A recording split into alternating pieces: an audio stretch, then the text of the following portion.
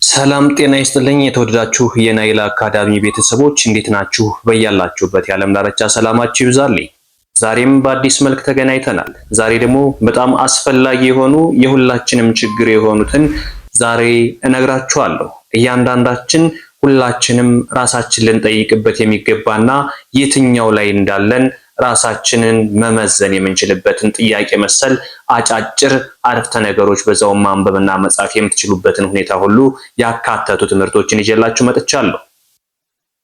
የዚህ ቻናል አዲስ የሆናችሁ ሰብስክራይብ በማድረግ ጀምሩ። ነባር ቤተሰቦቻችን ደግሞ ከመቼውም ጊዜ በላይ ላይክ እና ሼር እያደረጋችሁ አማርኛን ከመሰረቱ ማንበብና መጻፍ ለሚቸገሩ ሁሉ ታዳርሱልኝ ዘንድ ከወዲሁ አሳስባለሁ።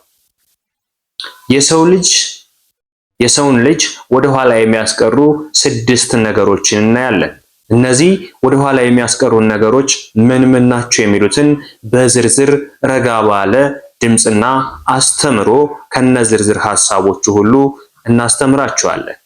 እናንተ የሚጠበቅባችሁ ረጋ ብላችሁ ሐሳቡን መረዳትና በዚህ ሐሳብ ራሳችሁን መለወጥ ብቻ ነው።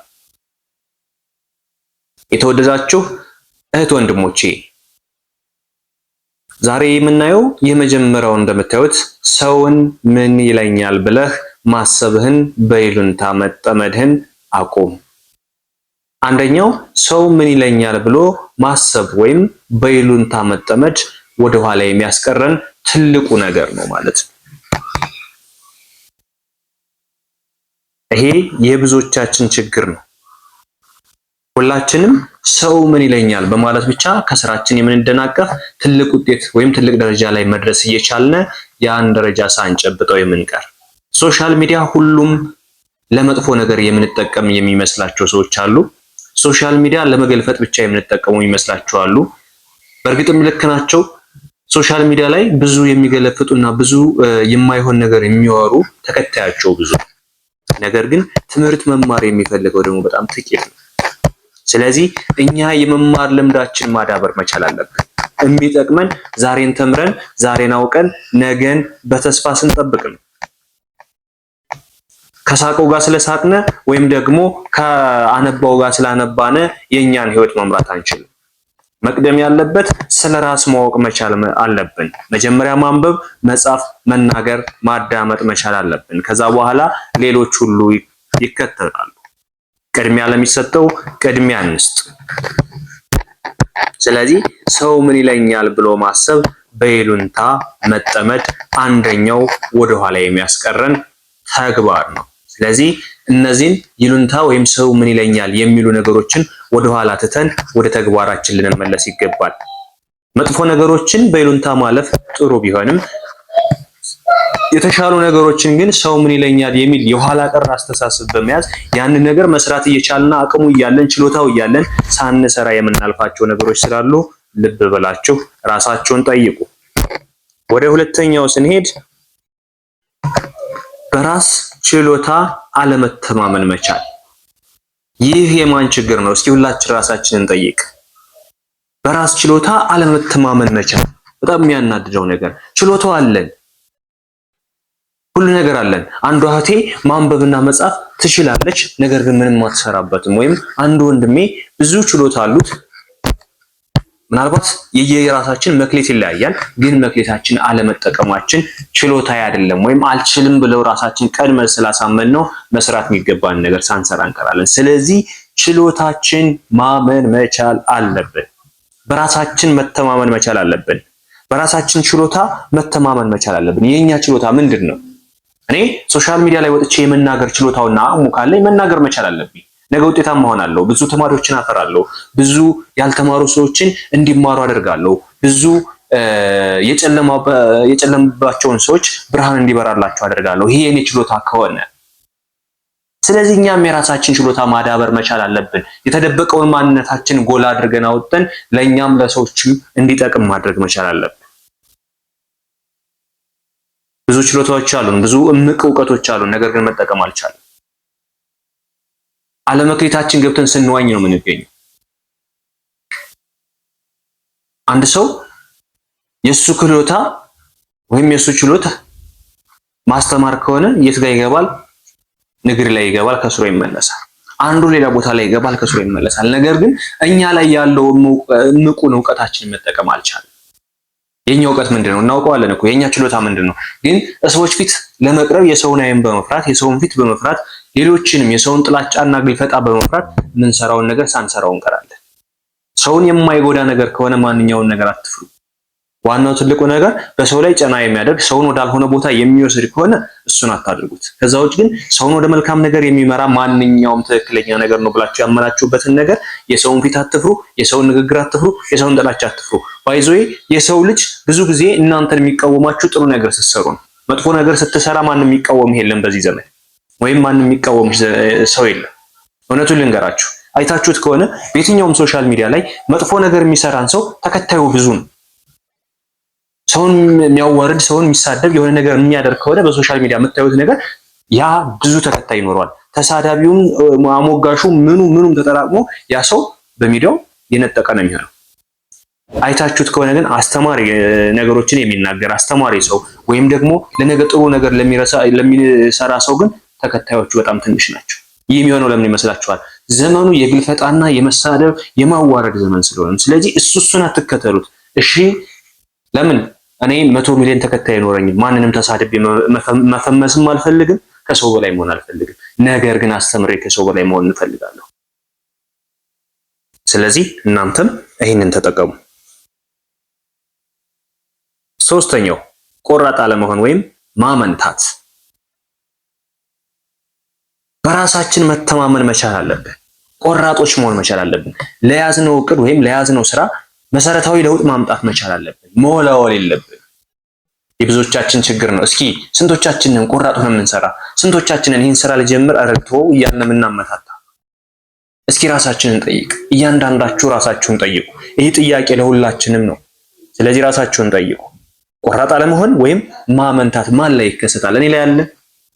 እስኪ ራሳችንን ጠይቅ።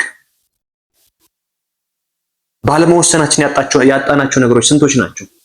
ትናንትና የሆነ ነገር እጃችን ላይ ኑሮ መስራት እየቻልን ሳንሰራው ያለፍነው ነገር ዛሬ የሚያጸጽተን ነገር ስንቱ ነው? ትናንትና የሆነ ቦታ መሄድ እያለብን ሳንሄድ ቀርተን ዛሬ የሚያጸጽተን ነገር ስንቱ ነው? ልብ በሉ። ሁላችሁም ራሳችሁን ጠይቁ። መወሰን ባለባችሁ ሰዓት ወስኑ። መስራት ባለብህ ሰዓት ካልሰራህ መሳቅ ባለብህ ሰዓት ታለቅሳለህ። ስለዚህ ሁላችንም ጊዜ አለን፣ ቦታ አለን። መማር ባለብን ሰዓት እንማር፣ መስራት ባለብን ሰዓት እንስራ። ነገን በተስፋ በብርሃን እንያት።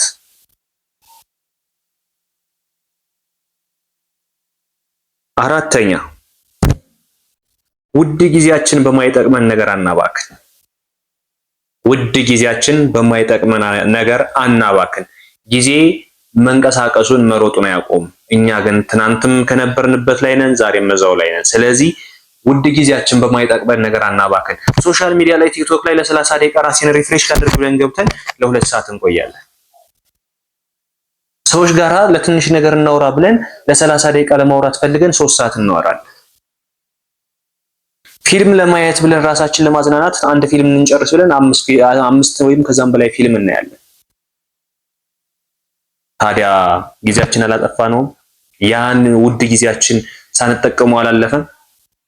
ሳናስበው አስበነው እኮ አይደለም፣ ሳናስበው በጣም ብዙ ጊዜያትን እየገደልን አይደለም? ያንን ጊዜ ብንማርበት፣ ብናነብበት፣ ብንጽፍበት፣ ብንሰራበት ዛሬ የት ነበርን? ከዓለም ሰዎች ጋር የምንለያይበት እኛ ትልቁ ችግራችን ሰዓቱ እኩል ነው የተሰጠን። ለሁላችንም 24 ሰዓት ነው የተሰጠን። ነገር ግን የሰዓት አጠቃቀማችን ጊዜ ነው እኛን ወደኋላ ያስቀረን። ስለዚህ አራተኛው ችግራችን ውድ ጊዜያችንን በማይጠቅመን ነገር ማባከን ነው። ማባከን። አምስተኛ በቂ ጊዜ አለኝ ብሎ መዘናጋት። ስራ ጨርሰን ሊሆን ይችላል።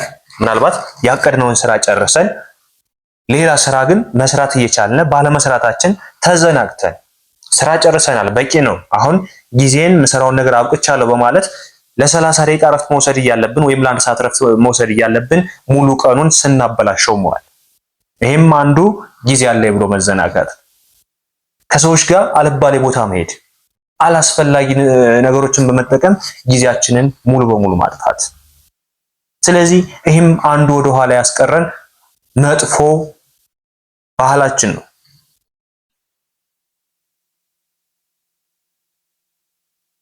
ስድስተኛና የመጨረሻው እጃችን ላይ ያሉትን ነገሮች መርሳት። እጃችን ላይ ስልኮች አሉ፣ ሌሎችም ነገሮች አሉ። እንደ ምሳሌ ስልክ ልስጣችሁ። ስልክ በትክክል ከተጠቀምንበት ከማንኛውም መሳሪያ በላይ ነው። ሁሉን ነገር ማድረግ ይችላል። ሁሉን ነገር መስራት ይችላል። እጃችን ላይ ትልቁ ነገር እሱ አለ። ማንኛውንም ነገር በስልካችን ማንቀሳቀስ እንችላለን። መማር፣ ማንበብ፣ መጻፍ፣ መስራት፣ የትኛውንም ነገር ስልካችን ላይ መስራት እንችላለን። ነገር ግን ስንቶቻችንን ስለ ስልካችን ባህሪ የምናውቀው? ስንቶቻችንን ስልካችን እንደሚጠቅመን የምናውቀው? እኛ ብዙዎቻችን የምንጠቀመው ለሶሻል ሚዲያ ለቲክቶክ ስክሮል ለማድረግ እና ሰዎች ጋር ለማውራት ብቻ ነው። ከዛ ውጭ ስለ ስልክ ባህሪ ምንድን ነው ብትባሉ ማንም አናውቅም። ከኔ ጀምሮ ስለ ስልክ ባህሪ የምናውቀው ነገር የለም።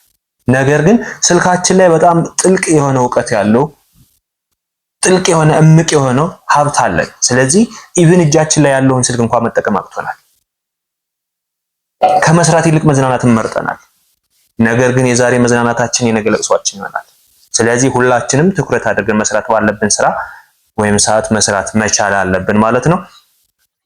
ቤተሰብ ዛሬ በጣም ጠቃሚና ለነገ ህይወታችን ምዕራፍን ለምንነድፍባቸው ትምህርቶችን ይዤላችሁ መጣሁት። እነዚህን በማስታወሻ በመያዝ በማንበብ በመጻፍ የበለጠ ውጤታማ ትሆኑ ዘንድና እናንተም ራሳችሁን ጠይቃችሁ ከትናንት መጥፎ ማንነታችሁ ተመልሳችሁ ራሳችሁን በመጠየቅ ወደ ጥሩ ማንነታችሁ ትመለሱ ዘንድ ከሚል አንጻር እነዚህን ትምህርቶች ተማምረናል። እናንተም ለሌሎች እናንተ ተጠቅማችሁ ሌሎች የሚጠቀሙበት ዘንድ ሼር በማድረግ እንዲሁም ሰብስክራይብ እያደረጋችሁ ላይክ እና ሼር እያደረጋችሁ ታዳርሱልኝ ዘንድ ከወዲሁ አሳስባለሁ። አብራችሁኝ እስከዚህ ሰዓት ስለነበራችሁ ከልብ አመሰግናለሁ። ከዚህ በታች የማስቀምጥላችሁ ዲስክሪፕሽን ቦክስ ላይ ሊንክ አስቀምጥላችኋለሁ። ሁለተኛው ቻናሌ ነው። ይህንን ቻናል ሰብስክራይብ እያደረጋችሁ ትተባበሩ ዘንድ ከወዲሁ አሳስባለሁ። ይህን ያልኩት ዋናው ምክንያት ደግሞ ምንድነው? ይሄኛው አሁን ዋናው ቻናል የምንጠቀምበት ሞኔታይዝ ለማድረግ እገዳ ተጥሎበታልና ይሄኛውን አዲስ ቻናል ደግሞ ሞኔታይዝ እንዲደረግ ሁለተኛ እድል የተሰጠን ቢሆንም ስለዚህ እናንተ ደግሞ እዚህ ታች ዲስክሪፕሽን ቦክስ ላይ በመግባት የመጀመሪያው ሊንክ ተጭናችሁ ሰብስክራይብ እያደረጋችሁ 500 ያክል ሰብስክራይብ ነው የሚያስፈልገን። ስለዚህ እሱንን እንድትሞሉልኝ እያልኩኝ ሁላችሁንም ከ1900 በላይ ተከታዮች አላችሁ እያንዳንዳችሁ ሰብስክራይብ ታደርጉልኝ ዘንድ መልካም ትብብራችሁን እጠይቃለሁ። አብራችሁ ስለነበራችሁ ከልብ አመሰግናለሁ። በሌላ ክላስ ከምንገናኝ መልካም ጊዜ ይሁንላችሁ።